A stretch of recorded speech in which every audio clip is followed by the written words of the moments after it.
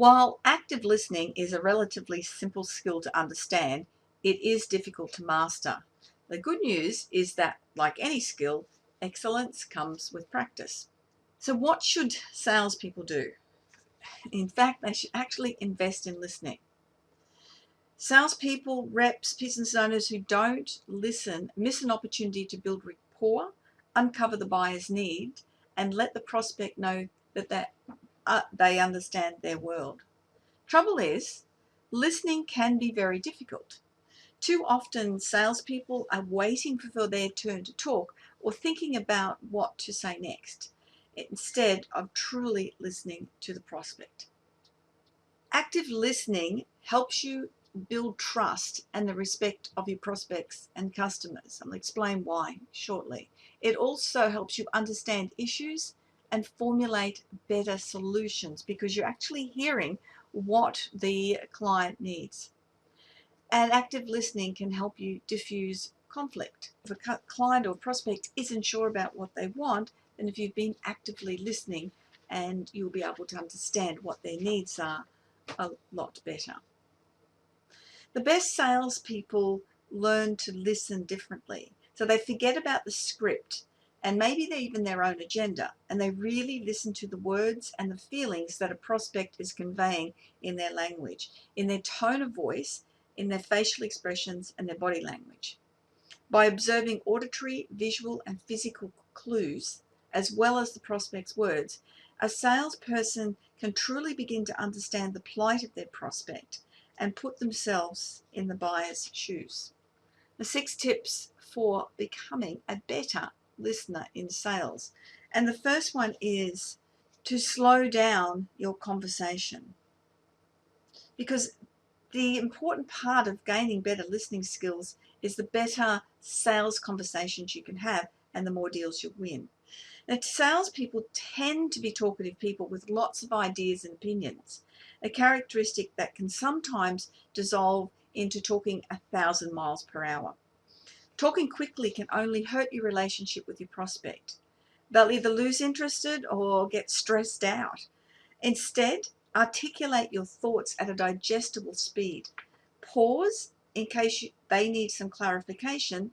Ask questions to guide and help shape what they share, and never interrupt. Which brings me to the next step.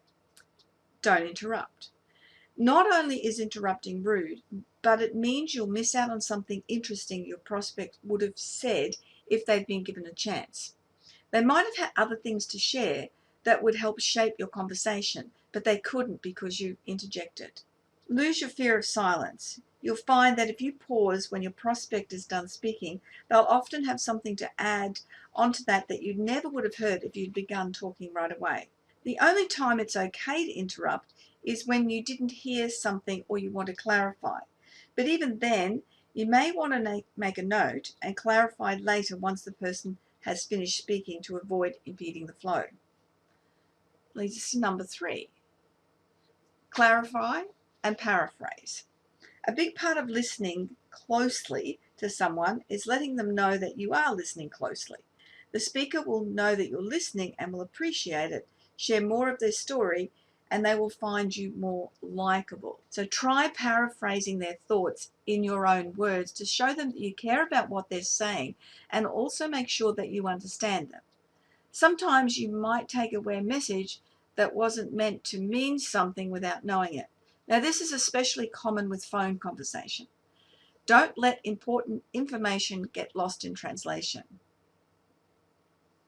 Listen to emotions. Words are not always an accurate representation of how a person feels. Look, it can be hard to interpret conversations over the phone because you lose that ability to read somebody's body language, but it is possible. Start by feeling out their tone of their voice and their stress levels.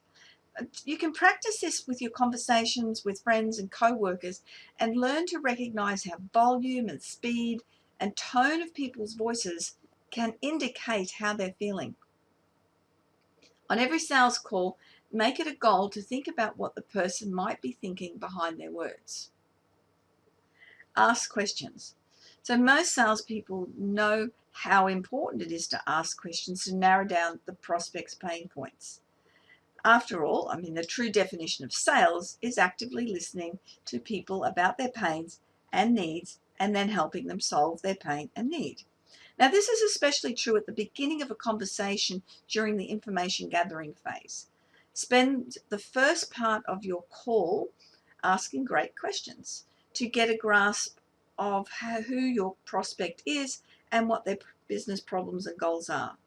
Questions that start with "tell me" are a really good example. Don't assume anything. Fill any knowledge gaps by asking more questions. Follow-up questions show your prospect that you are really listening and that you care about what they say.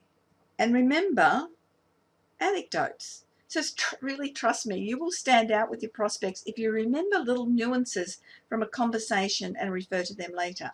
Now, this applies to anything from how many people they have on their team to a story about their daughter that they might have told you during their call. When you take notes during a conversation, include those personal anecdotes so you can use them in your follow-up. Acknowledging these friendly references will help you build rapport with your prospects. It really is the little things that make it count. So learning how to self-critique your listening skills is really important. Only then will you realize where your sales conversations are going, where you maybe aren't listening, and how you can learn to fix that. So 5 uses for active listening. Addressing resistance in the beginning of a sales call. Now, when I work with people, I advise salespeople to use active listening early in the sales process to communicate to prospects and that they're really there to listen and help and not sell them something. Too often, salespeople rush to spit out another question or to pitch their value. By repeating back what the prospect expressed, both in words and feeling, and asking for clarification, you show that you are actively listening to that. And this clears the way to begin asking questions and then positioning your value. Identifying compelling reasons for change. Perhaps the best time to use active listening is when a prospect shares emotion about a challenge they're having. And thirdly, recapping an exploratory call. Well, it's never too early to restate the goals and challenges that your prospect has shared with you, empathize, and confirm your understanding and probe a little bit further. I find the end of the exploratory conversation is a great time to showcase that you've heard them throughout the call. Fourthly, addressing objections. The best way to overcome an objection is to anticipate and address it proactively.